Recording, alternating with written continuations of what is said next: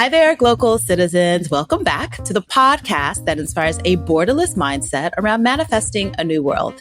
I am your host, Florence Sadu, coming to you from Accra, having a great time dealing with just the days and nights of Accra. You know, folks, that's how it goes. And I'm excited because I've been mentioning in my podcasts the last couple of weeks that I met some very interesting people in South Africa that I wanted to bring on to the program to talk about their global citizenship. And so this is a really interesting story because I actually met this gentleman randomly in New York. So when we reconnected in South Africa, we were like, wait, okay.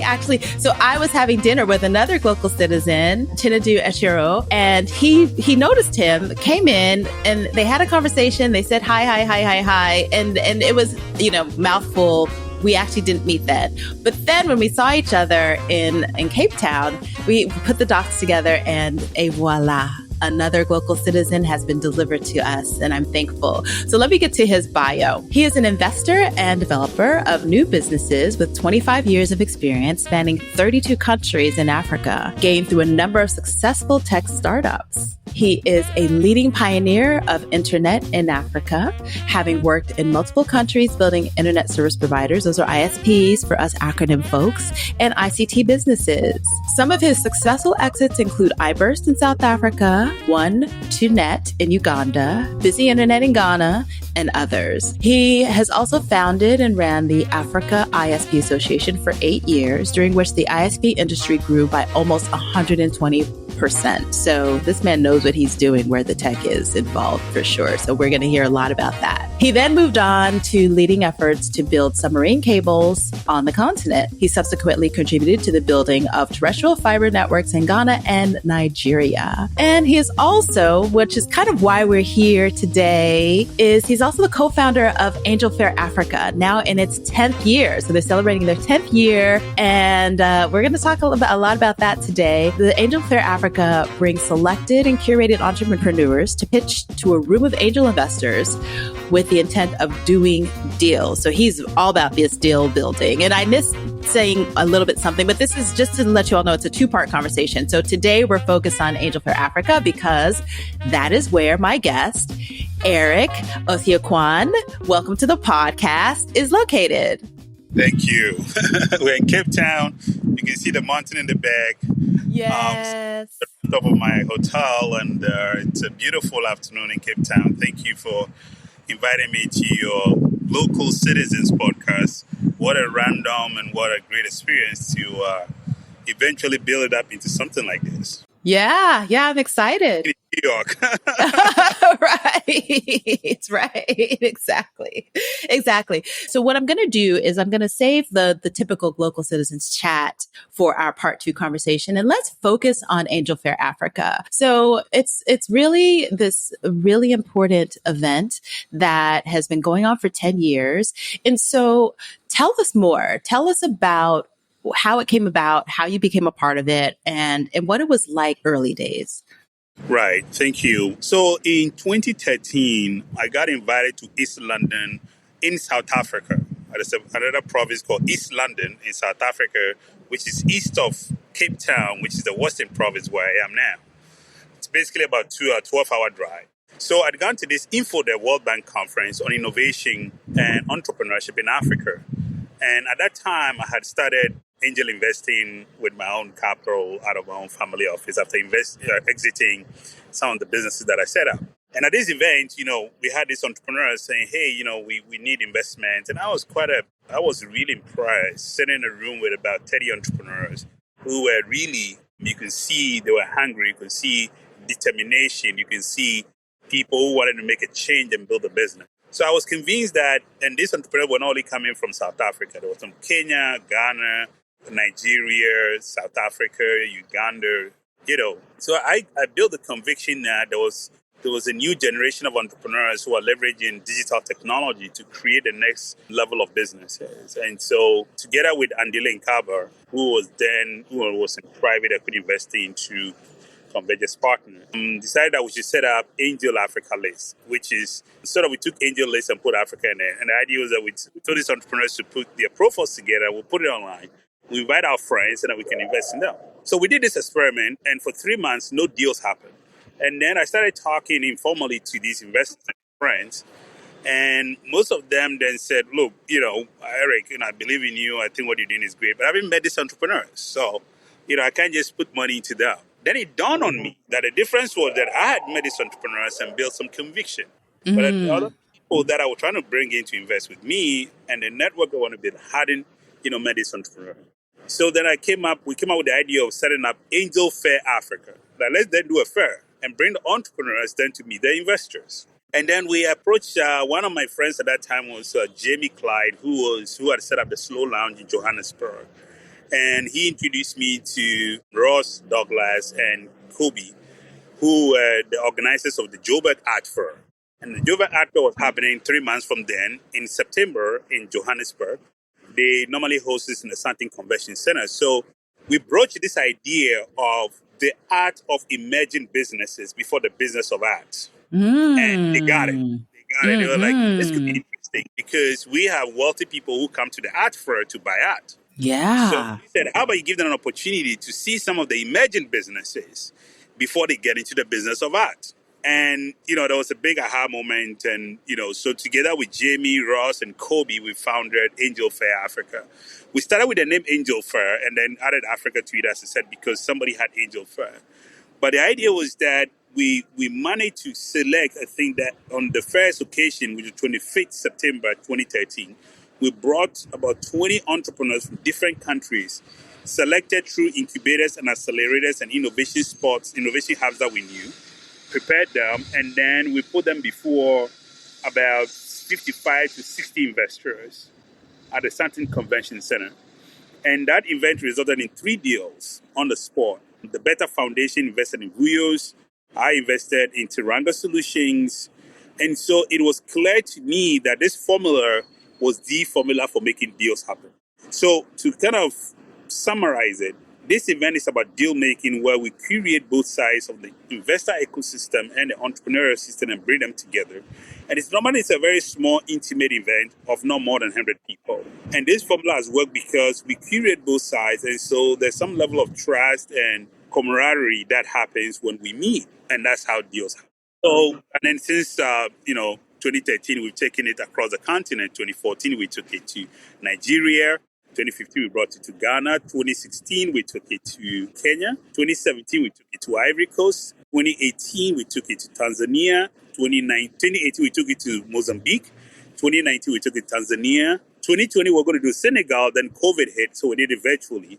2011 and 2012, we had to cancel because on both occasions, we're going to do Uganda. So we're going to do Mauritius in 2021. Then they had a hurricane on the island, literally a month to the event, so we couldn't do it.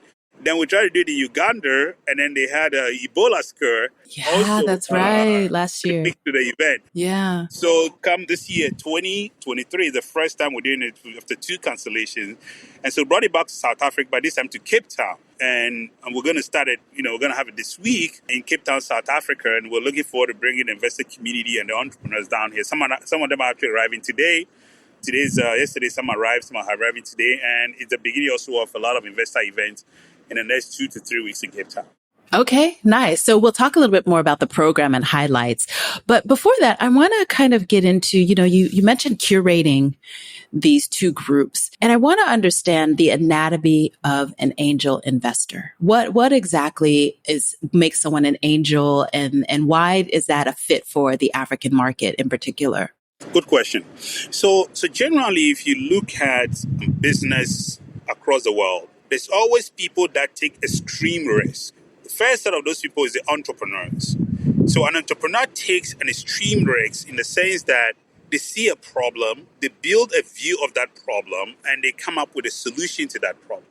And they believe that they can actualize that vision. So normally it's sort of utopian. It's almost like intangible. Right? An entrepreneur tells you some story. I can make this bottle, make it blue and white, but there was no bottle before. And somehow, I can tell you, this was an idea before. There was an entrepreneur. There was a time that this bottle was an entrepreneur's idea. Somebody said, I can make a bottle like this, and made a description.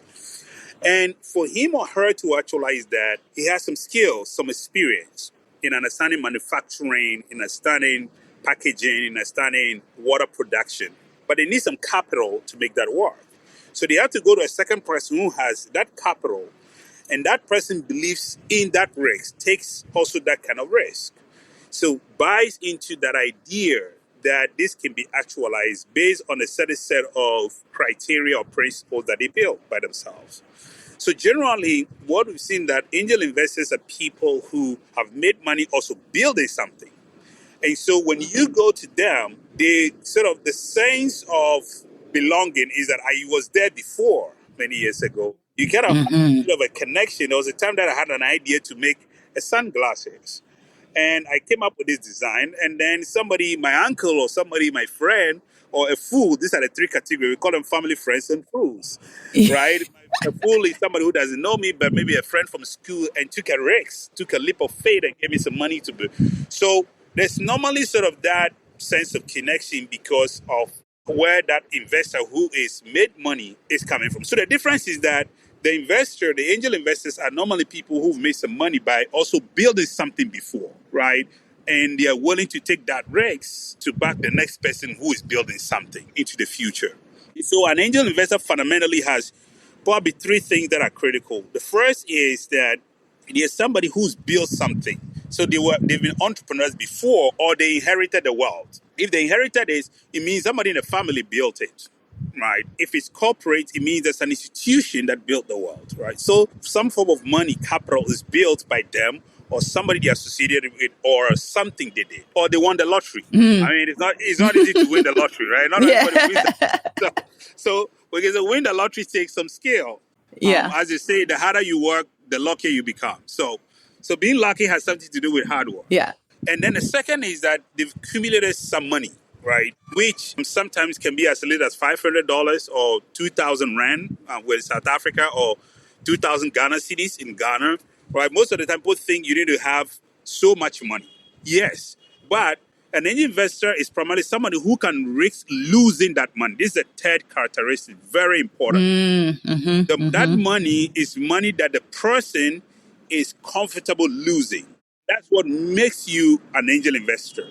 So long as you have some capital that you can lose because you are taking a very high risk in that venture, and there's a 90% probability that that company will fail. Because remember, the person is selling you an idea. They still don't have anybody using it and pay for it. They don't have a customer, right? So you are taking an extreme risk. I call it, you take a leap of faith, right? So the third thing is that you build conviction. Right. So every investor, angel investor, there's some level of conviction that you build in the entrepreneur, not in the business. And this is the fourth important characteristic. That early stage, you are basically taking a risk in the founder. We say in the angel investing lingo, you back the jockey, not the horse. So the horse runs the race. The horse is the business. But the jockey is the one that runs the race. So you're fundamentally taking a risk in the entrepreneur, which is why building conviction in the entrepreneur and what they do is super important. And so because it's the entrepreneur that builds the business. So there is some correlation and causality there in that process of taking a leap of faith, backing that entrepreneur, and realizing that business or getting out something that people can use and pay for. So these angel investors, what kind of work have you put into actually identifying them? Like how do they spring up? Because, that's big work to find these people who are interested. Right. And actually the name angel, they use that word because it's almost like the angelic, right? Yes. You be somebody that, But fundamentally, they come in three categories. They're family, friends, and fools. Sure. And the reason they come in these three categories is that you can see each of them, there's some relationship. And so you hardly, the third category is called fools because sometimes the relationship is not there or it's not that strong. And that's why they say you're a fool. Because you are taking a leap of faith without having a relationship with the person. If you take the first two, family and friends, there's always a relationship. Your family, your uncle, your dad, there's a relationship. So they'll believe in you and take a risk and take a leap of faith. If it's a friend you went to school with, you live in the same neighborhood with, there is a reason to take a risk. But the fool is a third category who necessarily do not have that ability to, has not built that relationship, but you build a conviction and therefore you take that risk. Now, how do we find them? Generally, it's through your network of people that you've worked with. So majority of the people that I mentioned are people that I work with in my ISP world, or I happen to know when I was building ISPs and subsea cables that I work with in technology. And this is the third point, is that angel investors normally invest in what they know or what they have experience in, right? And so the important point here is that, yes, the capital is important, but their experience and their network is much more superior, because they can help you identify pitfalls in the industry in which you are or in building business.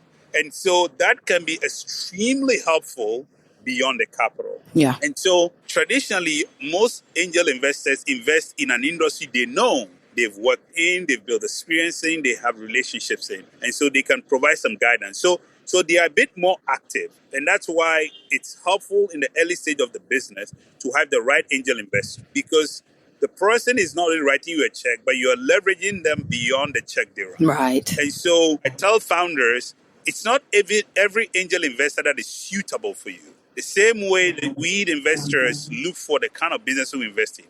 You, the founder, needs to pay attention and put some effort into figuring out who this investor is and building some reason why that investor is important to you.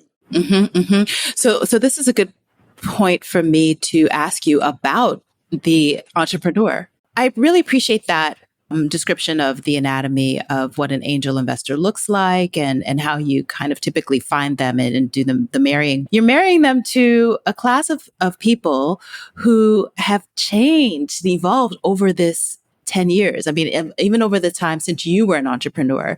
So particularly in the tech space, because obviously tech is always moving and changing. So tell us now about the evolution of what you're seeing from the entrepreneur space in Africa. Right. So when we started this in 2013, I remember one of my friends said, Eric, this is a utopian idea. It's not going to work. It's a Silicon Valley thing, but actually people have been investing and doing this in Africa. I mean, if you take the traditional account apprenticeship, where you work with your uncle's business, your uncle then sets you up for your business. I mean, the thing that we do, that's investing.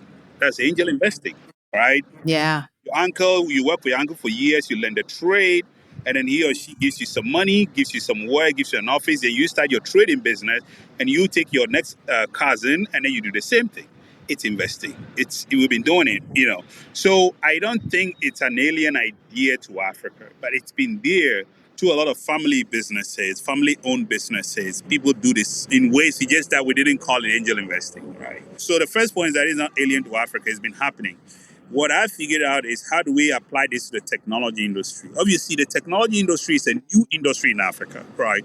I mean, telecom to mobile in the last 20, 30 years, 40 years, I was saying, I started in 1986. And so applying this to an industry, bringing some of the learnings from Silicon Valley, but most importantly, adapting it to the African environment and figuring out, how can we do early stage investing in Africa that really moves the needle for early stage tech founders? And so when we set out Angel Fair, this is what we said, this is the experiment we set out to do. And hopefully we will come up with a model. But the question is, what have we learned over the last 10 years? And I'll tell you three things that we've learned. The first is that the African entrepreneur has evolved from first-time founders to now second-time founders. What do you mean by that? In my first set of investment, I invested primarily in guys who are doing it for the first time. Obviously, if somebody's doing it for the first time, they make a lot of first-time mistakes. Right? Today, I'm investing in second-time founders who have done it before. Some of them have failed and have come back. I actually have a founder in my portfolio that is their third rodeo. They failed twice already. And I can see how those two failures have made them better. I've also invested in a founder who exited their business and they've started another business. And I can see how different and how more experienced and how better they are. And so are other investors are seen also in their portfolio. The second is that we've also seen a very interesting phenomenon where professionals who have worked in corporate are leaving corporate to start their own entrepreneurship ventures. This is the most striking thing that I've seen, and we've now invested in Fund 2, we've invested in probably 3 of those. And I can see how differentiated somebody who's working corporate for let's say 10, 15, 20 years of their life. They've got some financial security and stability in life. They've got their own family, or they've got family, but they've got professional aspirations achieved.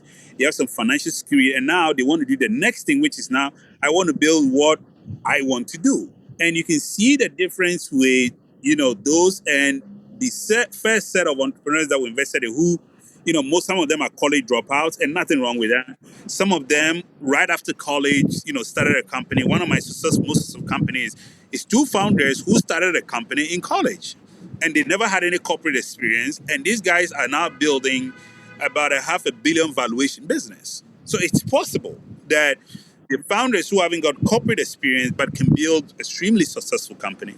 And I also have founders who didn't have college degrees, and they started believing in themselves, and they are very successful. I also have PhD founders. I have founders. One of the founders that we invested in our second portfolio is a PhD level candidate who had worked in government, and then did his first startup, which was very successful, and then started his second startup. Right? I wasn't invested in the first startup, but I've invested in the second startup. The third thing is that when we started, we also saw these entrepreneurs in some key markets. And I call them Kings countries. I actually wrote a book called The Kings of Africa, which was Kenya, Ivory Coast, Nigeria, Ghana, and South Africa, KINGs. So when I was studying, I wanted to look at, of course, my background. I've worked in 32 countries. I've visited 46 African countries, and I'm incredibly lucky and successful in that regard. But when I was going to do investing, one of the things I learned is that you need to invest, you need to start small. And I've always done this. I always had even when I was in trial, I always had a big vision, but I always believe you start small. So we asked myself the question, which are the 5 countries that are leading sort of this digital economy? And so I wrote this book, during my hiatus between 2020 and 2023, I wrote this book where I kind of analyzed these 5 countries I call the kings, the market leaders, as the countries leading the emerging digital economy in Africa. All right. So when I wanted to invest, I said, okay, why don't I start from these 5 countries? Obviously, started from Ghana, where I come from, and my first investment was a Ghanaian startup, and then branched out into Nigeria. I did Kenya, I did South Africa, and Ivory Coast. And also, when you look at the King's countries, these 5 countries embody sub-Saharan Africa. So it's a predominantly West African acronym. The ING is West Africa, Ivory Coast, Nigeria, Ghana. And then you have Kenya for East Africa and South Africa for Southern Africa. So there's some bias to West Africa, where I come from. But basically, the thing was that I started in those countries, Ghana, I went to Nigeria, I went to Ivory Coast, then Kenya and South Africa. And in a way, it helped me sort of create a Pan-African thinking, which was actually the quite revolutionary in angel investing, because the traditional norm with angel investing is that you invest local. It's a hyper-local activity. You want to invest close to founders that actually in Silicon Valley, they say you can drive through 2 in an hour. Yeah. So that when something is breaking, you can show up and help. Basically, that's the whole idea, that this thing can get broken. And so as an investor, you want to be close enough that when shit goes down, you can be there to help. Basically, that's the thing. But I kind of was contrarian in that sense. The reason I was contrarian was partly because there was not a lot of companies doing it locally. And so it was just, difficult to say I want to concentrate on Ghana because there was just not a lot of activities in Ghana, right? And there was not a lot of activities in Kenya at that time, 10 years ago. Today, there is. Today, there are funds that are countries focused. There are investors that do Ghana alone. There are investors that do Kenya alone. But back then, there was no. So this is the third thing that has happened, is that this innovation has grown in quantity and grown in quality at a country level and at a Pan-African level, right? Now, the fourth is also that it has now gone beyond the King's countries. The 5 countries that I postulated, now we see innovation in Uganda. So in our fund 2, we've invested in Uganda. We've invested in Tanzania. We've invested in a Tanzanian founder. We've invested in a Senegalese founder. We've invested in a Zambian founder recently, right? We're looking to invest in Mozambique. I've been spending time there. And so this innovation is now spreading like wildfire across the continent, right? Which is, in my view, tells me that there's a renaissance. There's something really happening in our continent. And Florence, I can't tell you this enough. My generation and your generation, we were very glad to leave the continent and go to school in America or in Europe, right? And some of us decided not to come back, and then some of us came. One generation from us, these guys believe that they can build businesses on this continent. It's a huge paradigm shift. For me, that is the most powerful paradigm. I mean, you go to a place like Cape Town and you meet a founder and he's telling you, I can build the next Facebook, I can build the next Google. I mean, that mindset, that is the kind of confidence, that kind of mindset is what you need. That's what changes a people. That's what makes change, right? So we're seeing this across Africa. I went to Guinea Conakry. A friend of mine invited me to Guinea Conakry. And I met entrepreneurs in Guinea Conakry who are building edtech startups. They have incubation hubs. So this is really powerful. I think something is happening on our continent. And I'm excited that, I was lucky to be a pioneer. 10 years down the line today, there is a lot of angel networks. When we started Angel Fair, the other thing we did was we used that fair to build local angel networks. So every country that we go, Okay. like when we went to Lagos, there was the Lagos Angel Network was just an idea. And we helped them set it up with the event, with them as our local partners for the event. And then they adopted the format of our event and turned it into Deals Day. So Mm. every month, every 3 months, they select 5 entrepreneurs who come to pitch to the investors and they invest in them. So this has become a format. So today there's a Lagos Angel Network, there's Accra Angels Network, there is Cape Town Angels, there's angel networks all over the continent, right? Actually, this week, all of them are coming here to Cape Town. There's a big angel investing event. All the angel networks and investors are pouring into Cape Town this week. And then followed the following week is Super Return, which is a big private equity and venture capital event. So the next 2 weeks, all these investors across the country are coming. Right. So 10 years down the line, we've built a pretty robust investing stack from angel investing all the way to private equity on a continent. To be fair, private equity had started much more before. There's private equity investors on the continent 20, 30, 40 years, right? Investing in very big deals, Right. road Infrastructure. infrastructure, Right. all right.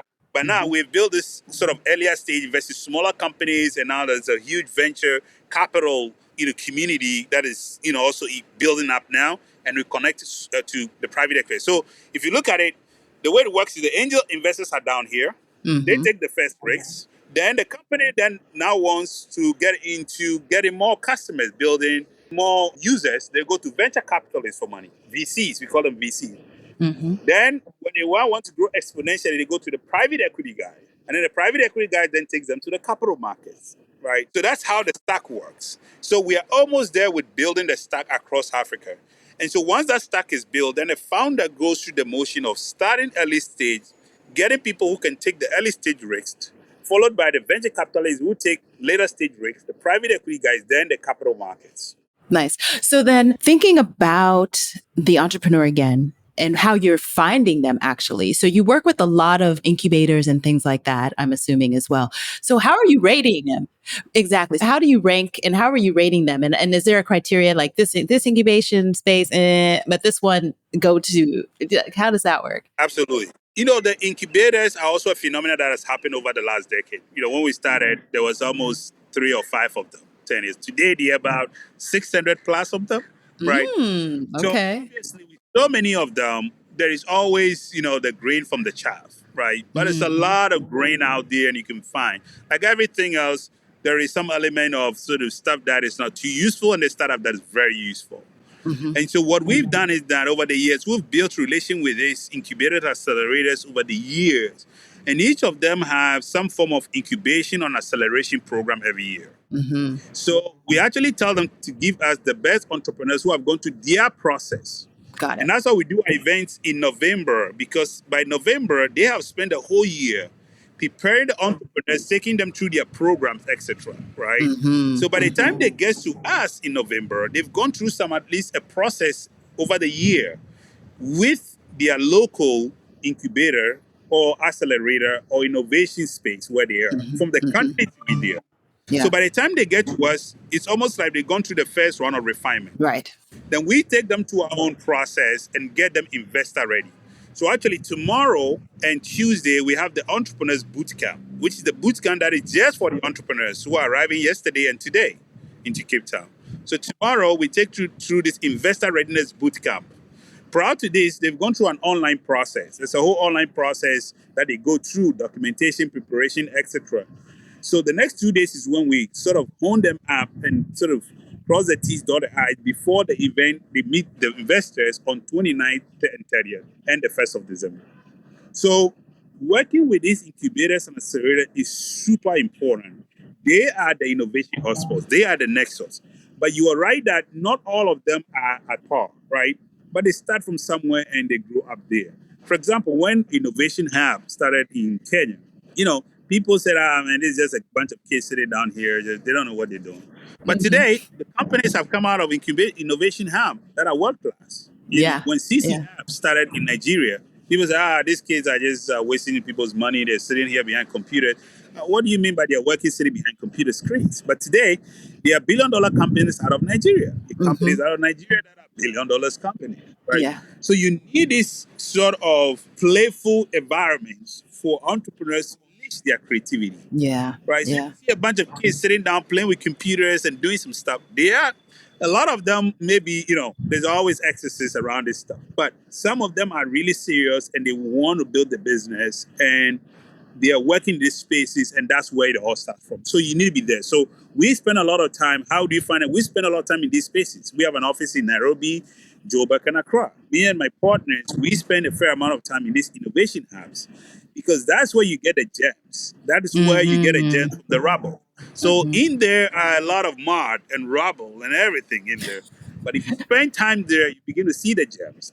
And this is what a mark of an investor is, right? An investor is somebody who's able to see a guy who tells you an idea and he doesn't even look like it, but you can spot, I think this guy can do it, and then you build conviction and then you take a leap of faith. So speaking of, let's talk about the fair. You talked about the next 2 days is the beginning of it. So take us through how you conceived of the program for the fair and what you're in for the next few days.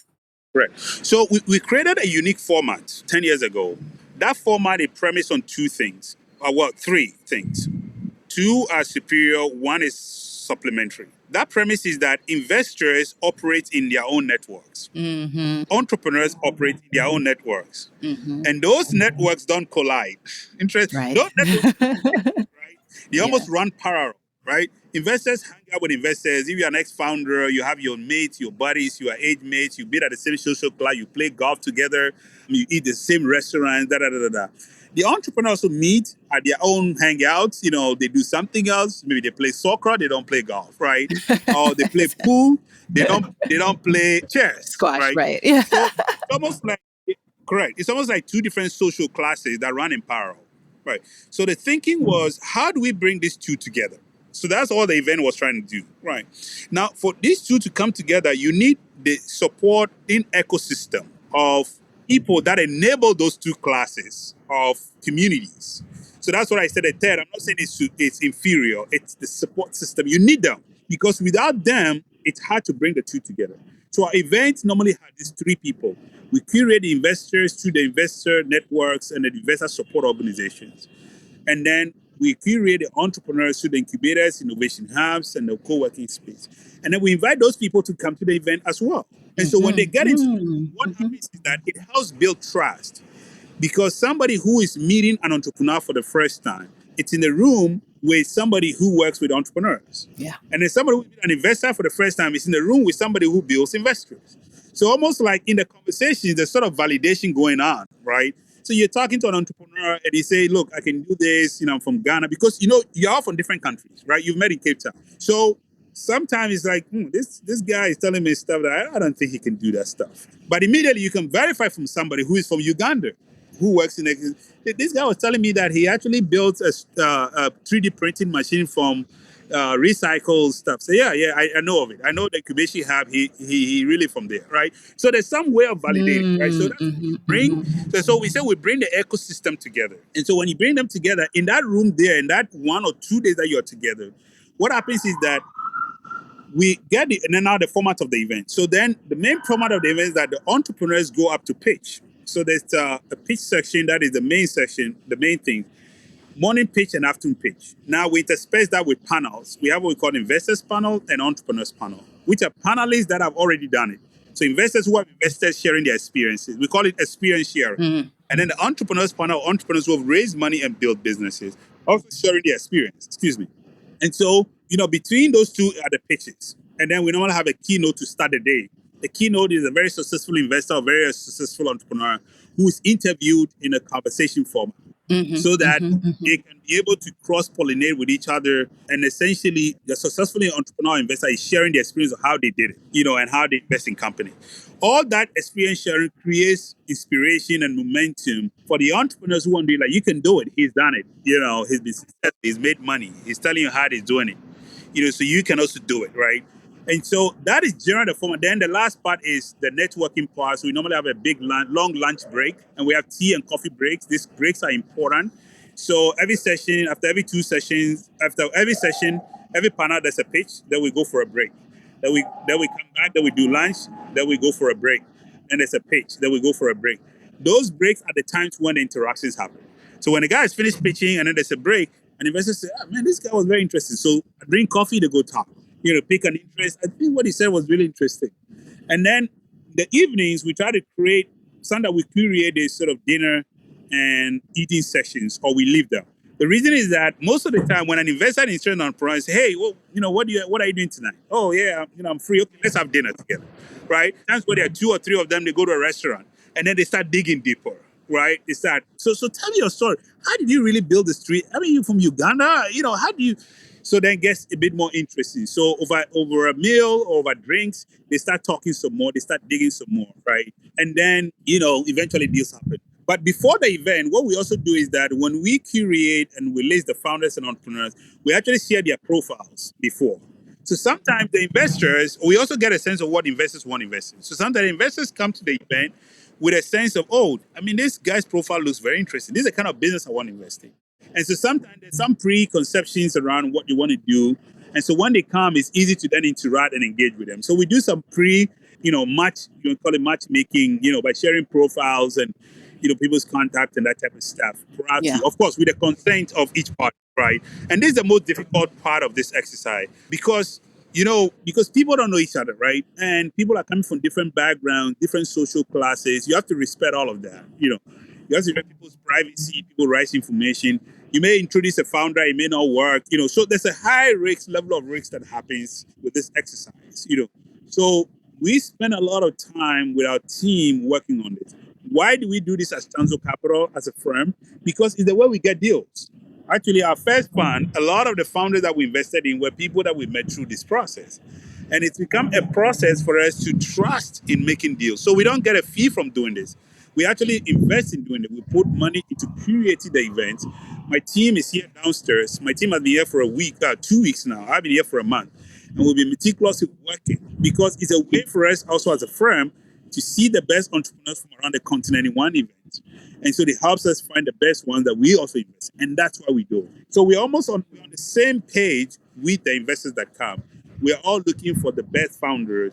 And so eventually, we get the best founders, we are investing in them. Some of the first deals that we did were actually through the event, where we would say we want to invest in this founder. For example, Teranga Solutions, I didn't invest alone. Other people who came to the event and say, "Hey, Eric, I also want to invest." So we did all the due diligence, all the paperwork, and they wrote a check. We created an SPV, a special purpose vehicle, and then we invested. Right? And then we considered that an investment and we put it into Fund 1. So these models of creating SPVs and funds, to invest have also worked, And all this happens because there's trust that is built, there's interest that is built, there's conviction, and people want to work together when they come to the event. Sure. So I like that you kind of went in that direction of doing the deal. So a deal gets done how if they're at the event? So the best case scenario is an investor has seen the profile of a founder. Obviously, then they'll do some online research, and then some of them will even get on the phone call. Someone that comes to and say, "I want to talk to this guy before he comes to Cape Town." So we set them up, and then they start interacting. So when they meet, there's some chemistry already. Worst case scenario, they haven't met each other, they don't know each other. The guy goes up on the podium, says, "I'm building the next spaceship, and this is the way I'm going to do it." And he says some stuff, shows. We try not to use PowerPoints, by the way. We actually keep PowerPoints out of the meeting. We say, tell your story. Don't pitch. Tell your story. Why are you doing this when there's many things you could do? So a founder goes up, tells the story, an investor then says, "Man, this is very interesting. This is the kind of entrepreneur I want to back." So immediately, they spoke an interest. They get on a tea, coffee break conversation, or lunch break conversation. They start building some conviction about the founder. The founder goes, "Yeah, I'm doing this because I had this problem and I thought I was solving it for myself. And then I realized that other people had that problem. And so I built a prototype and then I sent it to someone, they liked it and they started playing with it, and then they said they paid me for it, and then that's how I thought I had a product, and I built some more, and that kind of stuff, right? So that happens as a best case or worst case in the event. Now, when an investor said they're interested, now there's a whole process that follows on from that. Now you have to do due diligence. Okay, is this guy really for real? Is he able to build this business? Is he able to do this stuff? And this goes from doing due diligence on the founder. Is what he's saying to me true? You know, the references he's making, are they real? This prototype he's saying, did he actually build it? You know, so that process takes time. Sometimes it happens during the event, it happens before, mostly happens after the event, right? And then sometimes investors also announce, you know, I want to invest in this guy, and then the process happens afterwards. Okay. So afterwards, there's another sort of a month in some cases. Some have happened a week, in 2 weeks, but on average, a month to 6 months in some cases before the deals happen, where there's due diligence, the discussion and negotiation of terms, there is amounts, you know, what are you going to use the money for? Okay, I'm going to build an app. I have to develop a team. I have to hire these people. I have to get an office. I have to buy computers. I have to buy the server space. You know, I have to do this stuff. So that discussion goes on, and that interaction goes back and forth. And then the investor says, okay, I get it. Okay, this amount is what it's going to be used for. You have an accounting system? Yes. You know, I don't have an accounting system, but I use a third party. You know, can you get a software? You know, all that stuff, right? So there's some process that goes on. And then eventually, terms are set, you know, paper is signed, people sign, money is wired, the entrepreneur gets on the road, and then, you know, builds what they're trying to build. And which is the first stage, you know. Many instances, that first check is the entrepreneur's first, you know, capital that goes into building the business. So most of the time, it's towards the product development or building a minimum viable product, right? So maybe he needs to hire one engineer or two more engineers. He needs to buy a piece of software, a piece of equipment. He needs to buy, you know, some manufacturing device or something like that. So that's what that money goes into. And then sometimes, okay, pay themselves some salary or pay themselves some stipend. You know, they got to keep spirit and soul together to keep doing this stuff. So that first money kind of goes into that kind of stuff. And then once they finally have that, they then essentially create the process of, in the software, what we call a minimum viable product, MVP. Right, which is now you give me an idea that you're going to create this bottle, right? So I gave you some money. Now you come up and then you create something that looks like it, right? And then once you have a minimum viable product, then you need to test for what you call product market fit. Will this product fit the market you're talking about? So now put it out there. Let's see whether Florence will buy this bottle and drink the water and say it's the kind of water Eric said he will produce, right? So once Florence drinks the water, oh, this water tastes like, you know, pineapple infused water, like Eric said. It's nice. I like it. Oh, okay. How much is it? Oh, it's $20. Yeah, I think I can pay $20 for this. Here you go. Then you've got a product market fit, right? So then now you've built a product. A customer has tasted that product, validated that it's worth $20 or 20 Rand or 20 cedis, and they've given you 20 cedis for it. So you now have product market fit. Then you go to another customer. Okay, you get 5 or 10 also saying that. Somebody will say, oh, okay, I like the bottle, but it's too tiny. Maybe make it a little bigger or make the head a little smaller. You take that feedback, then you adjust it. Then it says, okay, oh, yeah, I think now it works for me, right? Then you got product market fit. Now, once you've gotten that, then now the next stage is that you need to develop a market entry strategy. So now how do I get it to a lot of people in the market? Now, that is sort of a different strategy from the initial people who tried and kind of use it and give you some validation and test it. Some products, you know, in the software, well, you put it on sort of Google Store, on App Store, and then people start downloading it. So people start downloading it. Okay, there's product market fit. People want to use it. You're downloading it. You're using it, right? They're paying for it, right? If it's a bottle product, you got to put it in a supermarket and see if people pick it up. And people start picking it up and they pay for it. Then you got a market validation, and the people are paying for it. It's going out there, right? And also an important point I want to make is that I kept referring to this bottle. So our event is biased towards technology, but we do accept non-technology businesses. We've had manufacturing businesses. We have fruit businesses, apparel businesses. So we only bias towards technology, but generally we accept all kinds of entrepreneurs. Actually, this event, there are 2 founders. One of them is doing a type of bottled water. Actually, one of them is what I have, and then the other one is actually not the same bottled water, but there's a different type of bottled water. And then there's another one who's doing a type of drink, cocktails. He's making cocktails into a bottle. So your favorite cocktail already comes, so already packaged. Right. And they're going to be pitching as well. That's a big market, by the way. That's a huge market in the US. So it will definitely sell on the continent. So we do make room for non-tech businesses, but we're too biased towards tech and software businesses. So I love that you took us through that. So it basically kind of gives us a great understanding of how far the angel investment goes. Right. So all of that is applied to what is going on in the angel investment. So I know that you got to run, you got to get back into the work of putting on this fair. So before we sign off for today and continue in part two, tell us about what you're looking forward to in the next week. What are the highlights? What are you looking forward to? Well, we're really looking forward to making deals happen. The fundamental is that our event is premised on deals happening, right? Even if we had 10 people in the room and one deal happens, that's the most important for us, right? And so we take a lot of effort in making sure that we tick all the boxes for deals to happen. Mm-hmm. So we're looking forward to, I'm getting a lot of people flying. I'm just getting messages. People are getting in. Yeah, exactly. People are going to be settling down. Tomorrow the boot camp is going to start. And we're looking for the founders coming in, telling us some of the founders we haven't met before. Okay. We're going to meet them for the first time, Nice. right? Great that we meet them. Tomorrow we're having a big conference to officially announce the event. So, I'm going to send you the press conference material you can share with your community.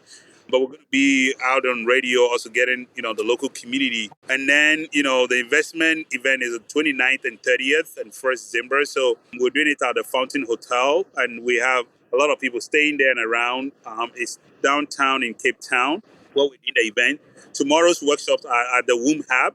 One of the things that I forgot to mention is that over the years, we've also really enabled female founders and female investors. So this year, we started staging this all-female investors panel in 2016, and this year we're staging it. So today we have very successful, well-accomplished female investors and female founders.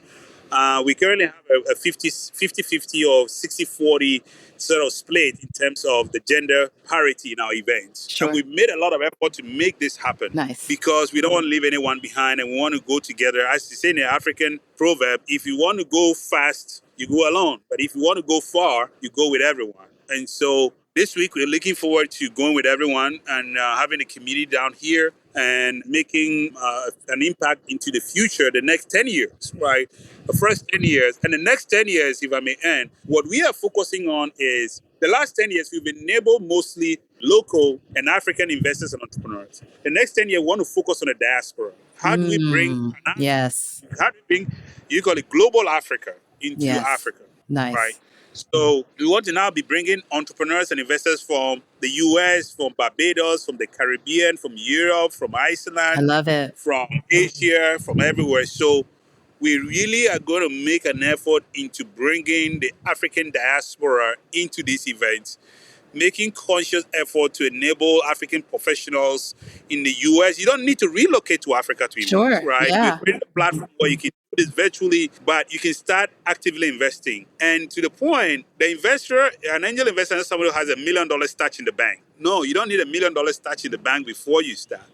You can start with the little you have, but it just has to be money you can lose because you may invest in a company and it will not work. That is the premise, right? So if it's $500 that you can put away every month to invest in a founder, start from there. Mm-hmm. A lot of entrepreneurs that $500 is what they need to start. And then the next day, you get $5,000, and then they get $20,000, then $50,000, then they go up, right? So whatever money you have, so long as that's money that you can lose because it may not work, there's a 90% chance, very important, that it may not work. So it should be money that you can put to work. But if it works, you put $500 to a company, right?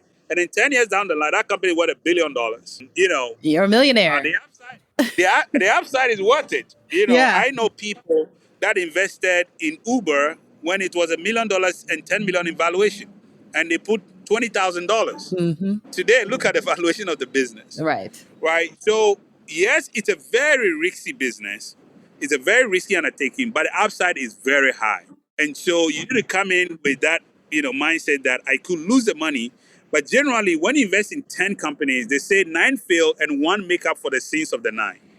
So you invest and then 10 will fail, and 1 will be such a success that if you took 100,000 of your money and then you put 10,000 to 10 companies, right? 9 of them failed, 90,000. That 10,000, last 10,000 becomes successful and becomes $1 million. Now, so if you get $1 million, that's a 10x on your 100,000 that you put to work. Mm-hmm. So that's basically the general formula of how you need to think about the mat of doing this investing. Yeah, nice. Thank you so much, Eric. We look forward to part 2, the learning more about you and your strategy and Chanzo Capital. And I wish you all the best for this event coming up this week. And so, Glocal Citizens, thank you for joining us. You can catch us Tuesdays at glocalcitizenspod.com or wherever you get your podcasts. So thanks again for joining us. And until next time, bye for now.